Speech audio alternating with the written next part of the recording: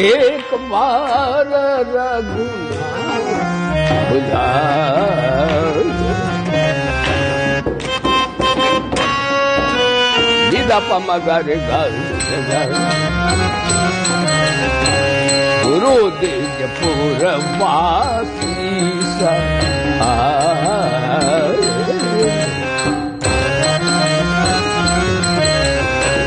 बैठे निज गुरु साजन बोले वचन भगत भवन।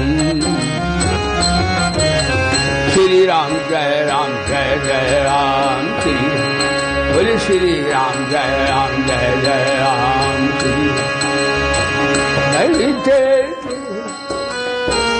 सुनो सकल पुर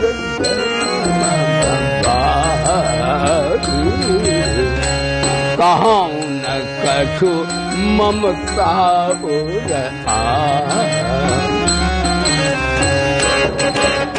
श्री राम जय जय राम। नहीं अनीति नहीं कछु प्रभु नहीं अनीति नहीं कछु प्रभु सुनाऊं करहु जो तुम्हें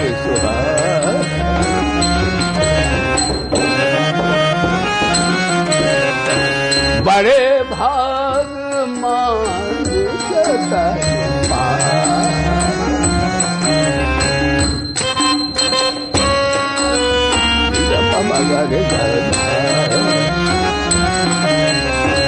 सुर दूर लाभ साधक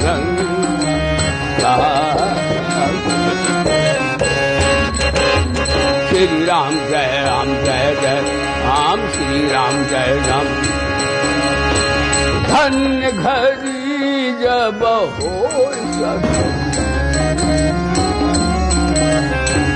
धन्य घड़ी जब हो सत्संग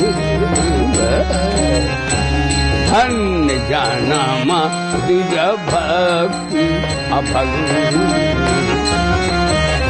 श्री राम जय जय राम श्री राम जय। सतसंगति मुद मंगल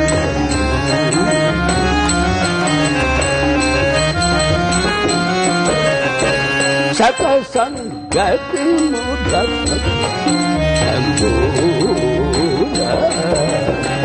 मिला ही जो संत होया संत विशुद्ध मिलन संत विशुद्ध मिलन राम कृपा करी कवई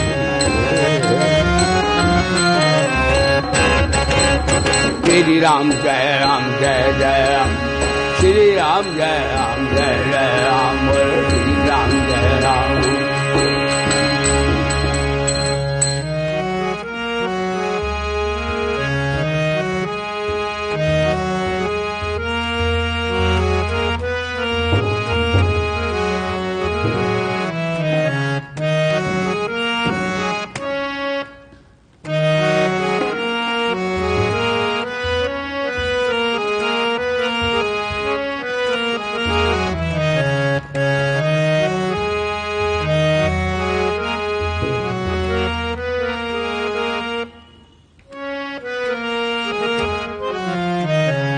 एक बेटी भगवान नाम जप लो सभी बोलो हरे राम राम राम हरे हरे राम राम राम हरे हरे राम राम राम हरे हरे कृष्णा कृष्ण कृष्ण हरे हरे कृष्णा कृष्ण कृष्ण हरे हरे राम राम राम हरे हरे, हरे राम राम राम हरे हरे, हरे कृष्णा कृष्णा हरे हरे, हरे कृष्णा कृष्णा। मंगल भवन अमंगल हारी, मंगल भवन मंगल हारी, जबं सुदत्त बिहारी, जबं सुदत्त अजीर बिहारी। हरे राम राम राम हरे हरे, हरे राम राम हरे, हरे कृष्णा कृष्णा कृष्णा हरे हरे, हरे कृष्णा कृष्णा हरे हरे, हरे राम राम हरे हरे, हरे राम हरे हरे।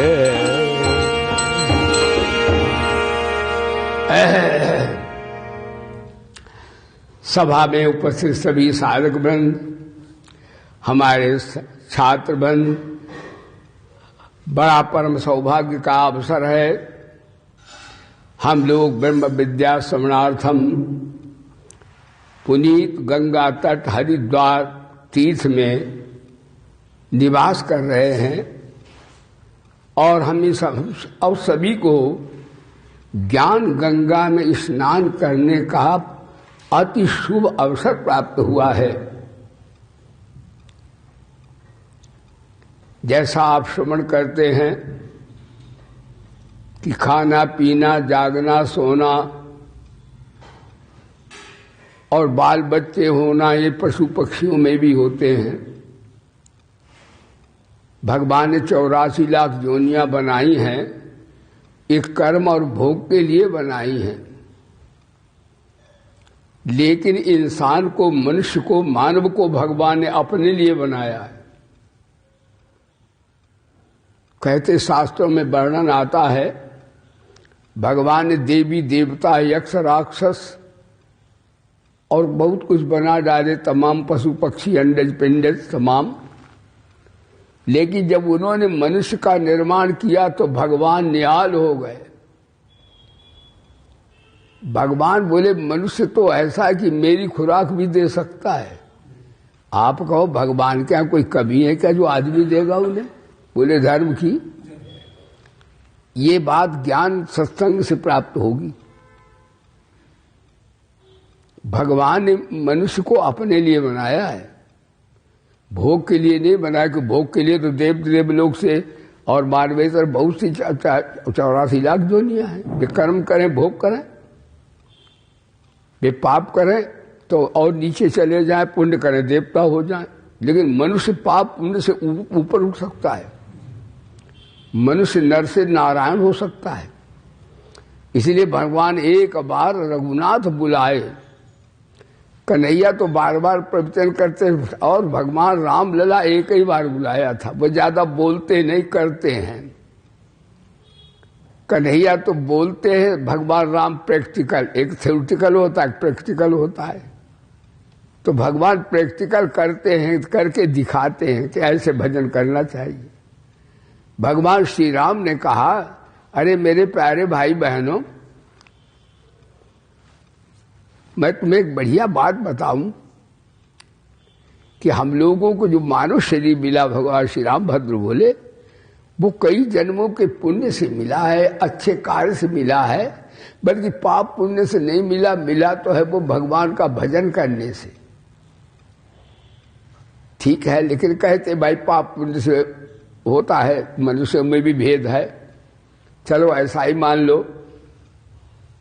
तो किस लिए मिला है? भगवान बोले इसलिए मिला, ये सत्संग है, ब्रह्म विद्या। भगवान बोले इसलिए मिला है कि हम मनुष्य लोग हैं। मनुष्य शब्द का संस्कृत में अर्थ होता मत्वा कर्माण सीवंतीत मनुष्या। जो विचारशील प्राणी है, जिसमें नवोर में सशील तो प्रतिभा विद्यमान है, वो मनुष्य है। मनुष्य नया नया निर्माण कर सकता है। हम लोगों ने इसी जन्म में देखा कि बैलगाड़ियां चलती थी और बैल मचाते थे, हम लोग आते जाते थे। और इस 40-50 वर्ष में कितना अंतर हुआ, 50-60 वर्ष में। अब बैलगाड़ी तो कहीं शायद दिखती नहीं।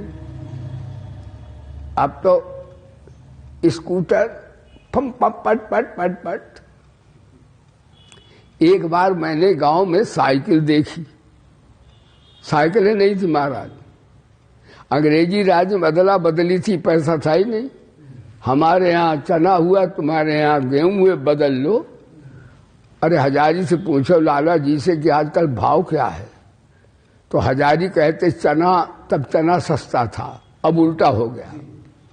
तो चना 1 रुपए का 4 मन, बोलो धर्म की, ये बात हमने सुनी है अंग्रेजी राज। और गेहूं कम होता, सिंचाई अंग्रेजों ने हमको लगड़ा बनाया, सिंचाई होती नहीं तो गेहूं कहाँ होगा। जब कभी रोटी बनती थी, गेहूं की मामा आते थे, माता रोटी बनाए तो हम बड़े खुश हुए, आज गेहूं की रोटी खाने को मिलेगी। हाँ, वो जमाना देखा हुआ भैया। गेहूं कहते, गेहूं 1 रुपए का 1.5 मन और चना 1 रुपए का 4 मन बदल लेते थे। पैसा था ही, प्रेम बहुत था।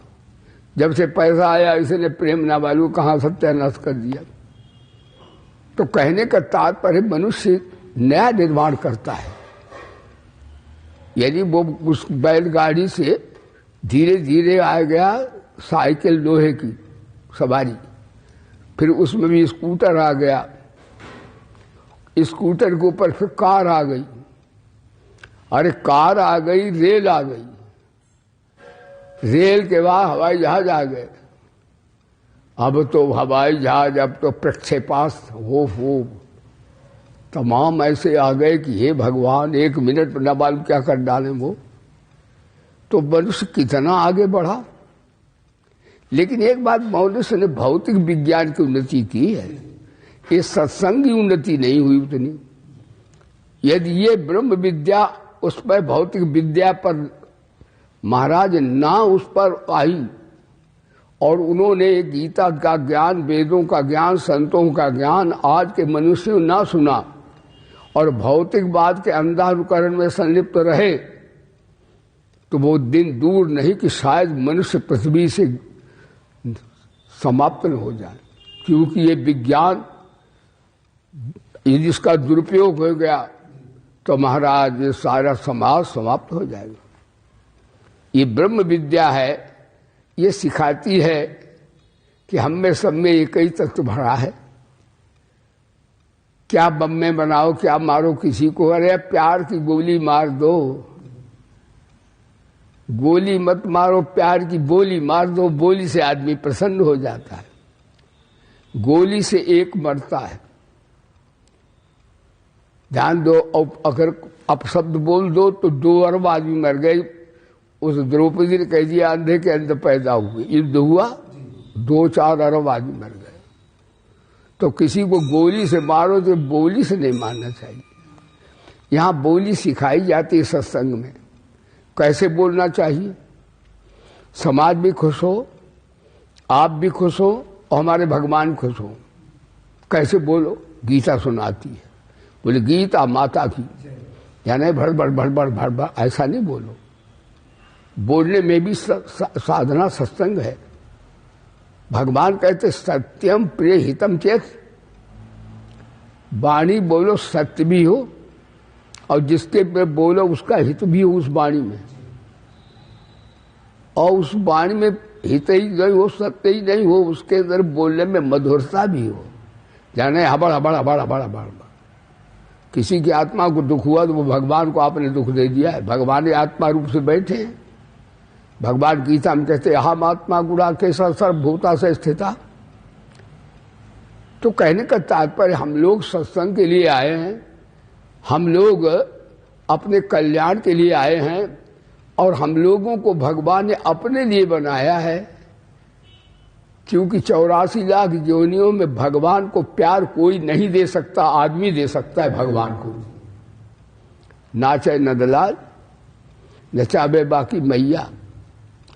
यशोदा मैया इतना प्यार करती है कि कन्हैया सब परम पिता होके गोद में बैठ के आकर के और वो थपकी मारती है और कहती देखो उत्पात ज्यादा करे, डंडा देखा मेरा तूने। और भगवान प्रेम कितने व्याकुल हो रहे हैं मैया के सामने। अरे जिसके भय से सारा संसार कांप रहा, परमात्मा भयात त्यागपति भयात पवन सूर्य, वो परमात्मा यशोदा मैया की सोटी से थरथर कांप रहा। ये प्रेम की महिमा है।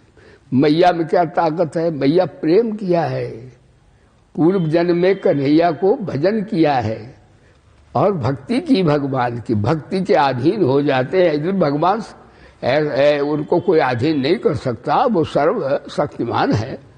तथा प्रेम की भूख भगवान को भी है।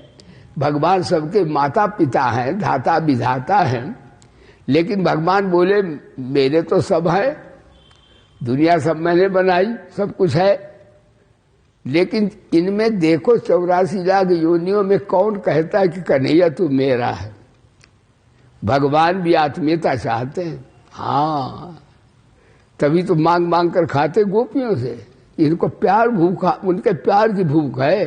पदार्थ तो भगवान का है ही, सारी पृथ्वी उनका सब कुछ है। तो इंसान जो है वो परमात्मा को भी, परमात्मा की भूख है किसकी? प्यार की।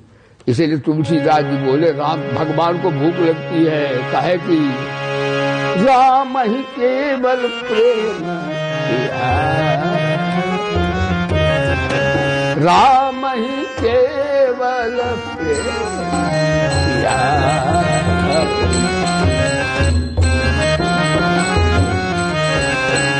ज्ञान ही वही ज्ञान ये गुण साधन से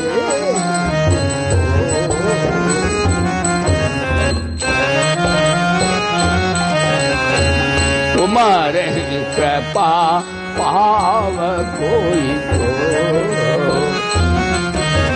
श्री राम जय राम जय जय राम, श्री राम जय जय जय राम, बोलो श्री राम जय जय राम। अब आप सत्संग सुनिए। सत्संग माने सत्य का साथ करना। देखिए हमारे पास सभी के 3 शक्तियां भगवान ने प्रदान की हैं, जानने की शक्ति, मानने की शक्ति और करने की शक्ति। करने की शक्ति को शास्त्रीय भाषा में कर्मयोग कहते हैं, जानने की शक्ति को ज्ञान योग कहते हैं और मानने की शक्ति को भक्ति योग कहते हैं। भगवान कहते चाहे कर्मयोग से चाहे ज्ञान योग से, कर्मयोग के वो अधिकारी कुछ करना चाहते हैं, वो निर्लिप्तता भाव से और नाशक भाव से कर्म करें। और कर्मयोग की खास बात है कि कर्मयोग की सिद्धि होती है बुराई रहित होना। किसी को बुरा न कहें, बुरा सोचे नहीं, बुरा करे नहीं, बुरा देखे नहीं, तो कर्मयोग का अधिकारी होगा वो मनुष्य। जो व्यक्ति किसी को बुरा सोचता है तो वो सबकी सेवा नहीं कर सकेगा। सबकी सेवा वही करेगा जो बुराई रहित होगा। और जिसके अंदर स्वतः ही बुराई भरी है वो बुराई रहित हो भी नहीं सकता। वो तो देखेगा, दुर्गुण ही दुर्गुण देखेंगे उसको। तो बुराई रहित होना समाज की सेवा है। भगवान की शरण ले लेना भगवान की सबसे बड़ी सेवा है। और अपना असंग होकर ममता और कामना का त्याग करना अपनी सबसे बड़ी सेवा है। तीनों की सेवा करो। बुराई रहित होकर संसार की सेवा हो जाएगी और परमात्मा की शरण, उनसे प्यार करो तो परमात्मा की सेवा हो जाएगी। राम ही केवल प्रेम प्यारा। और अपने में अहंता ममता का आसक्ति कामना छोड़ दो तो सबसे बड़ी अपनी सेवा हो जाएगी। तीनों करो तो बड़ा त्रिवेणी सत्संग हो जाएगा। भगवान के लिए भी हो जाएगा, अपने लिए भी हो जाएगा और समाज के लिए भी हो जाएगा। बोले धर्म की तो भगवान बोले योगस्था कुरुकर्माणि संगम त्यक्त्वा धनंजय सिद्ध सिद्धो समो भूत्वा समत्वम योग उच्यते। हे अर्जुन, योगस्था, योग का अर्थ होता है निष्काम होकर के, निर्लिप्त होकर के, अनासक्त होकर। अगर ये चीजें नहीं है तो योग में स्थिति नहीं आ पाएगी, भेद बुद्धि रहेगी। कुरुकर्माणि, सब कर्म करो, यानी जैसे अज्ञानी कर्म करते हैं वैसे ज्ञानी भी करते हैं, लेकिन उनके अंदर संलिप्तता नहीं होती, सकामता नहीं होती, आसक्ति नहीं होती। संगम त्यक्त्वा धनंजय, भगवान बोले धनंजय माने आध्यात्मिक धन का धनी अर्जुन। संगम त्यक्त्वा, आसक्ति रहित, जो आसक्ति को त्याग कर जो कर्म किए जाते हैं वे कर्म, उन कर्मों को करने से समता आ जाती है, विषमता खत्म हो जाती है। और समता आ गई तो आपका साधन सिद्ध हो गया। कितनी बढ़िया बात, गीता में कैसी बढ़िया बात बता दी भगवान। योगस्था कुरुकर्माणि, जैसे कर्म करते वैसे ही करो, जैसे अज्ञानी करते वैसे ही कर्म करो। ज्ञानी वैसे ही करता, बाहर से तो वो वैसे ही दिखता है, लेकिन अंदर उसके कामना आसक्ति नहीं होती, निष्काम भाव होता है। संगम त्यक्त्वा धनंजय सिद्ध सिद्धो समो भूत्वा। अब सिद्धि मिल गई तो ठीक है, असिद्धि हो गई कोई बात नहीं। वो सिद्धि असिद्धि सूक्ष्म शरीर का धर्म है, अपना धर्म नहीं है। उसमें समता आ गई, समो भूत्वा समत्वम योग उच्यते। हे अर्जुन, उसे योग कहा जाता है। और भैया देखो, ये तो कर्मयोग का प्रसंग है। भगवान गीता में जो आपका मंत्र चल रहा है वो आता है इस संदर्भ में, 6वां अध्याय प्राय ध्यान योग का है असल में। लेकिन एक उसमें बात है, ध्यान मन से होता है, ध्यान योग में मन की प्रधानता है, लेकिन भगवान समता बुद्धि की मानते हैं गीता में। यदि पातंजलि के उन्होंने एक बुद्धि का खंडन तो नहीं किया है, गौण रूप से उस मार्ग को भी बताया है, परंतु मन के ध्यान करने से मन जब समाधि से बाहर आता है तो चलता है फिर। इसलिए और मन को संयत करने से सिद्धियां भी आती हैं, और सिद्धियां व्यक्ति को गिरा भी देती हैं। अगर उत्कृष्ट विवेक वैराग्य न हुआ तो गिर भी जाता है। रिद्धि सिद्धि प्रेरई बहु भाई, मानस में आया है, और बुद्धि लोभ दिखावे जाई। इसलिए भगवान ने मन को ध्यान की अपेक्षा भी बुद्धि की समता को ज्यादा महत्व दिया है। कि बुद्धि जो है, आप जागते में भी बुद्धि समता में है, सोते में भी समता में है, उसमें कोई समाधि लगाने की आवश्यकता नहीं है। यानी वो करण सापेक्ष साधना है, योग वाली, और ये करण निरपेक्ष साधना है, दो तरह की साधना है। बोले धर्म की तो बुद्धि भगवान समत्वम, हाँ बुद्धि योगा धनंजय, कल्पना फल हेतु बा, बुद्धिमान पुरुष ही धनी है।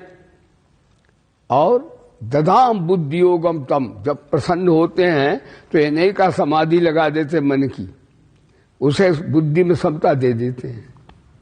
समता कहो परमात्मा कहो एक ही बात, बोले धर्म की। इसलिए गीता जो है, मन से तो ध्यान होता है और समाधि होती, मन जब समाधि से हटता तो फिर फुरता है। लेकिन भगवान एक बार ज्ञान हो गया फिर वो जहां जाएगा उसकी बुद्धि समता में है, सब उसकी सदा समाधि लगी हुई है। इसलिए भगवान ने बुद्धि योग को यहां श्रेष्ठ बताया है। लेकिन यहां पर भगवान ने ज्ञान विज्ञान की भी बात कही, स्वयं मुद्रा उदासीन, वो कैसा होता है बुद्धि में जिसके समता आ गई। एक पुराण में है, उसको पद्म पुराण में आता है, वो प्रहलाद कहते हैं समत्वम, हाँ कहते हैं प्रहलाद कहते हैं समता जी ही है जिसके आ गई, तो प्रहलाद कहते उससे बड़ा कोई संत नहीं है। स्वाराधना उसकी सिद्ध हो गई, सारे उसके जप तप सिद्धि प्राप्त हो गए। और गीता में तो समता की इतनी महिमा गाई है कि भगवान कहते हैं देखो अर्जुन, जिसने समता जिसके जीवन में आ गई उसने जीवित अवस्था में ही संसार को जीत लिया। क्योंकि समता कहो, कृष्ण कहो, परमात्मा कहो, गॉड कहो, अल्लाह कहो, एक ही बात। जिस दिन समता आ गई उसी दिन आप कृष्ण हो गए। बोलिए धर्म की।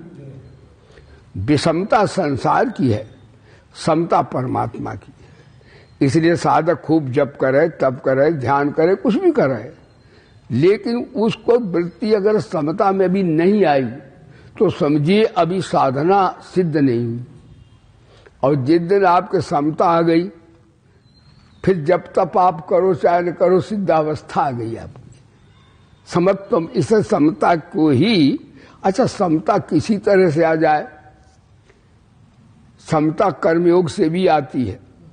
कर्मयोग से कैसे आती है? जो आपने सुना, योगस्था कुरु कर्माणि, संग आसक्ति को त्याग कर निर्लिप्त भाव से, निष्काम भाव से कर्म किए तो समता आ जाएगी, आसक्ति के त्याग से। और वेदांत के ज्ञान से समता आ जाती है। भगवान बोले, जब ज्ञान की बात की है तो एक तो अक्षर मरित देश मव्यक्तम परिउपास्ते सर्वत्र गम चिंतमता कूटस्थ मचलम ध्रुवम संयम दिग्गामम सर्वत्र संबुद्धया, ये ज्ञानी की क्षमता है। सर्वत्र संबुद्धया ते प्राप्नुवन्ति मामेव सर्वभूति ते रताः। निरंकार की आत्म तत्व की उपासना करने वाले भी देखते हुआ, सुनता हुआ, स्पर्श करता हुआ, गमन करता हुआ, आंखों खोलता मिचता हुआ भी वो अपने स्वरूप में स्थित रहता है, उस समता में, और सब पूर्ण हित के हित में काम करता है। और भगवान बोले चूंकि मैं निराकार साकार दोनों हूं, वो मेरे को ही प्राप्त हो जाता है। ये भगवान ने समता ज्ञानी की बता दी। एक जगह समदर्शिना भी शब्द कहा है। विद्या विनय संपन्ने ब्राह्मणे गभिहस्तिनी सुनी चैव सुपाके चा पंडिता समदर्शिना। ये महाराज सब में जीवों में समता बताई। विद्या विनय तो ब्राह्मण में हाथी, गुत्ते, चांडाल में समबुद्धि रखता समदर्शी है।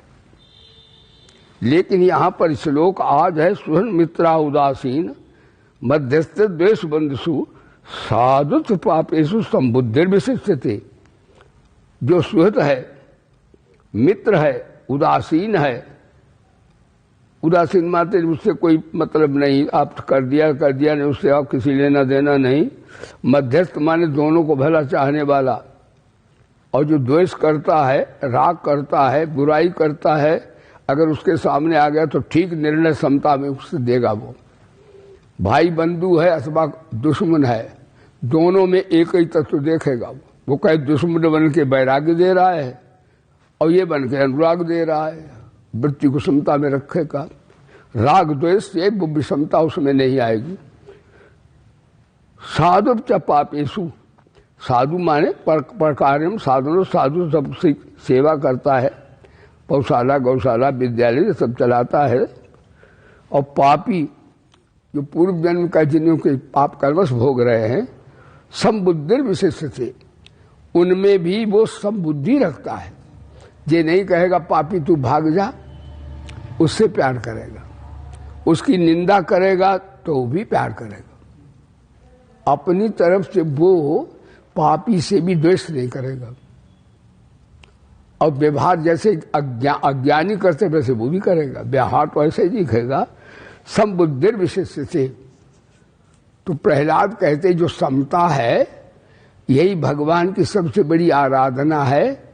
वो पुराण कौन सा है? पद्म पुराण। प्रहलाद कहते हे असुर बच्चों, जो समताम आराधन मुच्यताम, समता ही सबसे बड़ी पूजा है भगवान की, समता ही सबसे बड़ी आराधना है भगवान की। और विषमता किसकी है? विषमता है संसार की और समता भगवान की। और एक बात संबुद्धि विशिष्टते कह रहे, एक दृष्टांत आपको सुनाए। जिसके हृदय में समता है, निष्कामता है, निष्कामता योग है और सकामता भोग है। साधकों ये प्रवचन आप सुन रहे, जो भी संसार में साधक लोग हैं, आप निष्काम भाव से कर्म करें, बड़ा बढ़िया कर्म हो गए।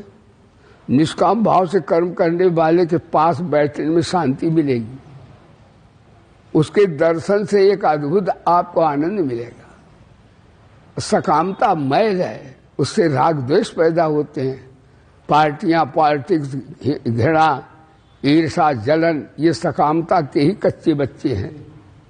देखना चाहिए साधक को, मेरे जीवन में निष्कामता आई कि अभी नहीं। सकामता है तो भले इंद्र के समान क्यों न हो जाओ, मुक्ति नहीं होगी।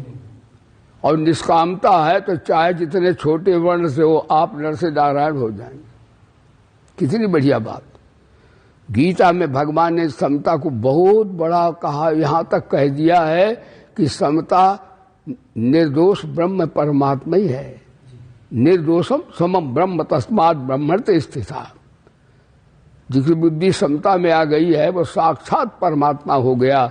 बोलिए गीता माता की हरि ज्ञान चर्चा सुनाती है गीता, हरि ज्ञान चर्चा सुनाती है गीता।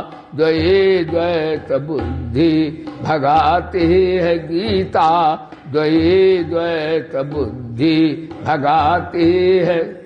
और हरि से सभी को मिलाती है गीता, हरि से सभी को मिलाती है। ध्यान दीजिएगा, बड़ा आनंद आएगा। तो ये समता जो है और निष्कामता जो है, जिसके हृदय में आती है उसके हृदय में शांति आएगी और श्री लक्ष्मी उसके चरणों के पीछे घूमेगी। लक्ष्मी के लिए वो झूठ मक्का कुछ नहीं करेगा, लक्ष्मी उसके पीछे आएगी। यानी श्री लक्ष्मी भी आएगी, शांति भी आएगी, आनंद होगा। उसके दर्शन से दूसरों को भी सुख मिलेगा। ये निष्कामता की महिमा है। तो निष्कामता से श्री अम्बा, पराम्बा, जगदम्बा, लक्ष्मी और नारायण दोनों आते हैं। लक्ष्मी माता अवश्य आती है, लक्ष्मी ऐसी नहीं आती हेरा फेरा वाली, वो आती शांति मुक्ति देने वाली। फिर हाँ, वो लक्ष्मी माता झूठ मक्कार से नहीं आएगी, अपने आप आएंगी। तो शांति, यह ब्रह्म विद्या रूपी वो लक्ष्मी है और लोग में कहते वो भी लक्ष्मी है। तो उसके हृदय में लक्ष्मी देवी आएंगी, शांति आएगी, आनंद आएगा, समता में स्थित वाले। और एक बात, जो विषमता है ना वो संसार की है, समता परमात्मा की है। विषमता आपके है, सकामता है तो अब आप राग द्वेष से, घृणा नफरत से, हाँ दलबंदी से, ईर्षा द्वेष से आप बच नहीं सकते। इसी के कच्चे बच्चे हैं सकामता के। और सकामता कहाँ से कहाँ तो होती है? सकामता जो है वो असुरों में रहती है और असुर बड़े भाई हैं और देवता पुराण में कथा छोटे भाई हैं। वेदों में आया असुरा कनिष्ठा देवा ज्येष्ठा असुराश्च, ये वेद मंत्र है। तो जो सकामता है, विषमता है, ये बड़े भाई हैं असुर, उनकी है ये, ध्यान देना। तो विषमता होगी तो विषमता बड़े भाई के, तो बड़ी बहन कौन है? लक्ष्मी जी की बड़ी बहन दरिद्रा है। सकाम वाले को कभी शांति नहीं, चाहे सारी संसार की इकट्ठी संपत्ति कर ले, अशांत रहेगा वो, ध्यान देना। भागवत में तो यहां तक है कि एक ही व्यक्ति को सारे बच्चे मिल जाए, सारा धन मिल जाए, सारी संसार की संपत्ति मिल जाए, फिर भी वो दुखी रहेगा, वो सुखी नहीं रहेगा।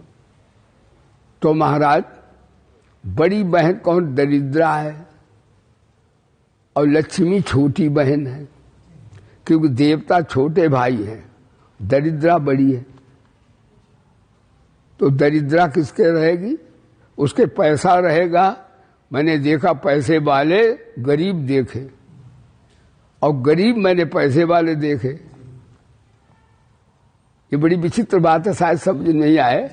पर धनी आदमी हमने गरीब देखे, मैं अपनी कह रहा हूं, और गरीब आदमी अमीर देखे। अब एक मैं कथा शायद सुनाई हो आपको। एक राजा जा रहा था, उसी राज्य में चढ़ाई बहुत सकामता होती कि और लूटो और बढ़ाओ और बढ़ाओ। तो एक व्यक्ति को कहीं 1 रुपया मिल गया। उसने कहा 1 रुपया किसी गरीब आदमी को दे। वो देने जाए तो कोई कहे, जो संतोषी थे वो कहे हमें चाहिए नहीं भैया, हमें नहीं चाहिए रुपया। एक राजा दूसरे राज्य में चढ़ाई करने जा रहा था, वो रुपया लेके वहीं गया। उससे कहाँ जा रहे हो? कहते हमारा राज्य तो बड़ा है, लेकिन जो दूसरा राज्य उसको हड़पने के लिए सेना लिए जा रहे हैं। तो उनने कहा इसे संतोष दे, सकाम है, यही सबसे बड़ा गरीब है। उसने 1 रुपया राजा को दिया, लो तुम ही तो लूटने जा रहे, सकाम हो तुम सबसे गरीब तुम ही हो।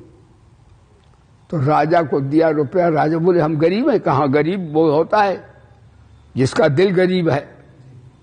ये दुनिया की लूट लूट के रखता है, उससे बड़ा गरीब और कोई होता ही नहीं, अपनी अधोगति करता है वो। राजा को ज्ञान हो गया। राजा ने कहा भैया हटाओ, अब लूट बूट हटाओ। तो इसी तरह लक्ष्मी बड़ी बहन है, और ये उसके यहाँ रहेंगी जिसके दिल में सकामता है। आज का प्रवचन, उसके दिल में कभी समता नहीं आएगी।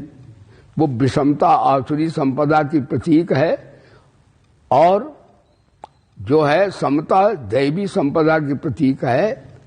तो भाई भगवान बोले सुहन मित्रा, आज का प्रवचन मध्यस्थ साधु बंधुसु साधु से पापेशु संबुद्धिर विशेषते।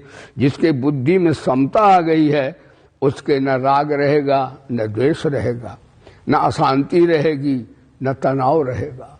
उसके दर्शन से शांति प्राप्त होगी, क्योंकि वो साक्षात परमात्मा का रूप बन गया है। और भगवान बोले देखो भाई, तो लक्ष्मी और दरिद्रा की बात आपको बताएं। सकाम से आदमी, उसके पास बैठने में जो सकाम व्यक्ति होगा, चाहे जितना वो बड़ा आदमी हो, लोग उसके पास शांति नहीं, क्योंकि वो खुद स्वतः ही शांत होगा। वो शांति वो दे सकता है जो स्वतः शांत है। तो महाराज कहते दरिद्रा और लक्ष्मी कथा पुराण में आती है। कहते महाराज दरिद्रा बड़ी बहन है, लक्ष्मी छोटी बहन है। कहा विवाह का प्रश्न आया तो कहा लक्ष्मी जी को तो सब चाहते हैं, मिल जाए लक्ष्मी, बड़े बर मिल रहे लक्ष्मी को, और दरिद्रा को तो सब घबरा रहे थे।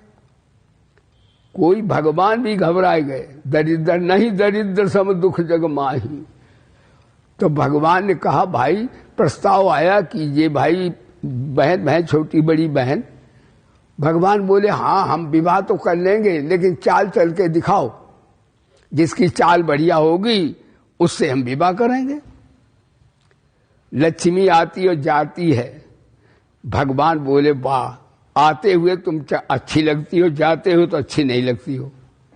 इसलिए लक्ष्मी को वर्ण करने को भगवान तैयार हुए। कहते नहीं ये बड़ी बहन है, इसका पहले होता है विवाह का, तुम चारा चाल चल के दिखाओ। लक्ष्मी चली, बस दरिद्रा। भगवान बोले तुम आते हुए बड़ी भयावह लग रही हो, जाते हुए तुम बड़ी अच्छी लग रही हो। नहीं दरिद्र सम दुख जग माही, संत मिलन सम सुख कछु नाही। तो भगवानों घबरा गए, दरिद्रा इतनी दरिद्रा बड़ी बहन है मां लक्ष्मी की। लेकिन एक बात है, संत बड़े दयालु होते, वो दरिद्रता लक्ष्मी और दरिद्रता में समता रखते हैं। आज समता का प्रवचन है ये। 7 संत कैसे होते हैं?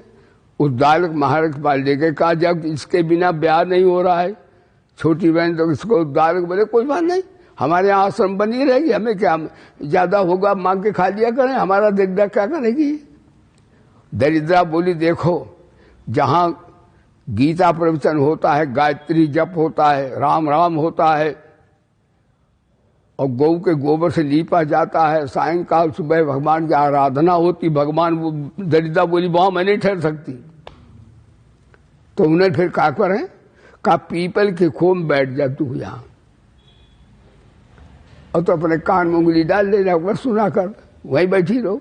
तब से दरिद्रा पीपल की खोम रह बैठती, इसलिए घर में पीपल नहीं लगाना चाहिए। बोलो धर्म की। तो कहने का तात्पर्य यह है कि बड़ी बहन दरिद्रा अगर समता में, आज का प्रवचन यदि कर्मयोग, यहाँ चूंकि कर्मयोग का प्रसंग है, अब कल से ध्यान योग का प्रसंग चलेगा, तो अब कैसे आएगा वो ध्यान योग की चर्चा तो कल करेंगे। आज भगवान ने समता जो है ज्ञान योग से भी और कर्मयोग से भी सुनाई है, बोली गीता माता की। अब एक बात है, गावो विश्वस्य माता रहा, भाई बहनों गौ माता ये वेद मंत्र है, ये विश्व की माँ है और इन्होंने पृथ्वी को धारण किया है। गोभिर विश्चय 7 रत्न बताए हैं, गोभिर विप्रस्त वेदेश्च सतीभी सत्यवाद भी अलुब्ध दान सूर्य सप्तधारते में ही।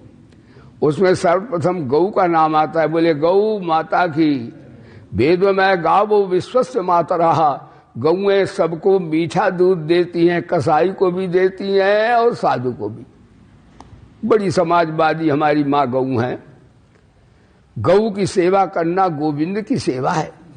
गौ में 33 करोड़ देवताओं का वास है और हमारे भगवान का भी वास है। गवाम मध्य बसाम्य हम, हमारे भगवान गौओं के बीच में रहते हैं। बोलिए गोविंद भगवान की, गौ माता की। अपने तो राम भाई गौ माता के सेवक हैं। भारत में क्षेत्र प्रांतों में मैं गया तो मैंने सबको यही कहा कि गौशाला अवश्य रखो अपना, और एक रोटी गौ माता को अवश्य दो। तुम्हारे घर में रोग नहीं आएगा, दरिद्रता नहीं आएगी। पट्टे डालो, उन्हें स्नान कराओ। और मैं आपको कहता हूं गौ मूत्र भी पी ले तो व्यक्ति 100 वर्ष अभी बिना औषधि के जी सकता है। बोले धर्म की। गौओं में शक्ति है, उनमें एक सूर्य नाड़ी होती है। गौ के दूध में स्वर्ण भस्म होती है, देसी गौ के। तो गौ का दूध पान करने वाला पंचामृत हमारे भगवान का भी बनता है। गौ के गोबर, यहां तक है अगर परमाणु युद्ध हुआ जिसकी संभावना है, गौ के गोबर में और नीचे मतलब उसमें मोर्चा में अपने खोल ले, मतलब नीचे, हाँ बेसमेंट बना ले, पृथ्वी के नीचे बना ले जी गुफा, और गोबर से ऊपर से तोप दो तो एटम बम से लोहा तो पानी हो जाएगा, लेकिन पृथ्वी के अंदर रहने वाला व्यक्ति नहीं मरेगा। यानी लोहा को एटम बम पानी कर देगी, पेड़ पौधे सब भस्म कर देगी, लेकिन पृथ्वी के अंदर जो बैठा है, हाँ मोर्चा में, और ऊपर से गौ माता का गोबर वोबर से लेगा, उस पर एटम बम प्रभाव नहीं करेगी। बोली गौ माता की। इधर भैया अपना संकल्प है तो अपने आश्रम पर गौ, जब से आश्रम बना तब से गौएं हैं ही, लेकिन अब क्योंकि ऐसा समय आया, न तो भक्तों से आना जाना होता है, न बेचारे भक्त भी क्या करें, वो भी अपने दुकान मकान में सिमट के रह गए, उनका भी धंधा नहीं चलता।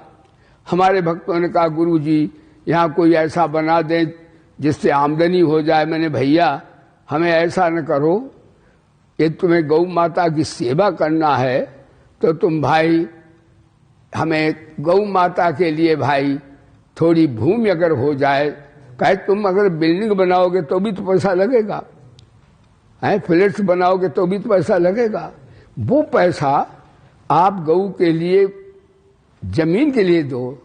तो महाराज हमारे कुछ भक्तों ने गौ के लिए एक 25 बीघा भूमि देखी है, बहुत अच्छी भूमि उपजाऊ है। बोले गौ माता की। तो हमारे कुछ भक्तों ने उन्होंने विशेष सेवाएं की हैं, हम नाम नहीं लेते हैं क्योंकि नाम लेने से अहंता बढ़ती है और नाशवान चीज का महत्व बढ़ता है। हमारे हरि नाम का महत्व होना चाहिए, महत्व तब त्याग का होना चाहिए, साधना का होना चाहिए। लेकिन उन्होंने चलो अपना अंश विशेष जो दिया है, और सभी ने दिया है, हमारे भक्तों ने यथा उचित सेवाएं सभी ने की हैं।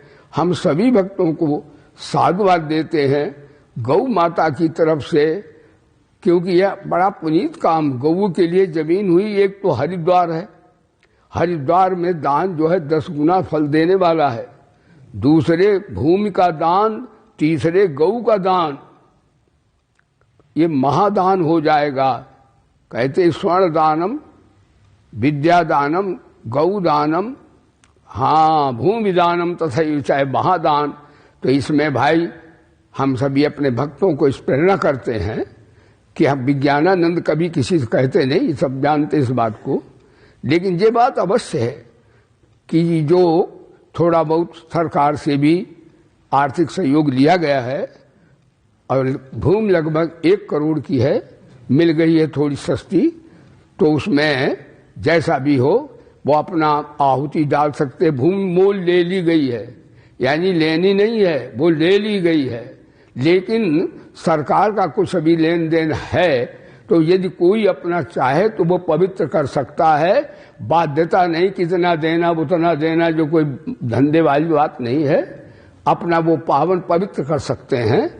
ये हम अपने गौ माता गोविंद की तरफ से आदेश देते हैं। आदेश मांगता हम लोग नहीं, हम तो भगवान से भी कुछ नहीं मांगते। इसलिए भाई यही बात जरूर है कि ये आप अपना पवित्र कर सकते हैं, बड़ी श्रद्धा के साथ सहयोग करके गोविंद और गौ की सेवा करके आप आरोग्यता प्राप्त करेंगे। आपका घर का धन भी पवित्र हो जाएगा और आपका मन भी पवित्र हो जाएगा, और निष्काम भाव से दोगे तो कन्हैया भी मिल जाएगा। बोलो सच्चिदानंद भगवान की। इसलिए मैं प्रेरणा करता हूं, आज कल जो है आपको ध्यान योग के संदर्भ में हम चर्चा करेंगे। तो ध्यान कैसे करना चाहिए, उसकी क्रियात्मक शिक्षाएं जो हैं वो गीता में आप कल श्रवण करेंगे। मैं हृदय से भगवान आनंद कंद से ये प्रार्थना करता हूं कि सभी साधकों के हृदय में अपना प्यार भर दें, बुद्धि में विवेक दें, शरीर में शक्ति दें, सबका बेड़ा पार कर दें। इस मंगल कामना के साथ हाँ बोलिए वेद भगवान की, जोर से बोले गायत्री माता की, श्री गीता माता की, श्री भारत माता की, गंगा माता की, श्री भोले बाबा की, श्री पवन सुत हनुमान की, श्री गुरुदेव भगवान की, धर्म की, अधर्म का प्राणियों में, हर विश्व का, हर हर महादेव। जय जय श्री राधे श्याम। सर्वे भवन्तु सुखिना, सर्वे सन्तु निरामया, सर्वे भद्राणि पश्यन्तु, मां कश्चित् दुःख भाग भवेत्। ओम शांति शांति शांति।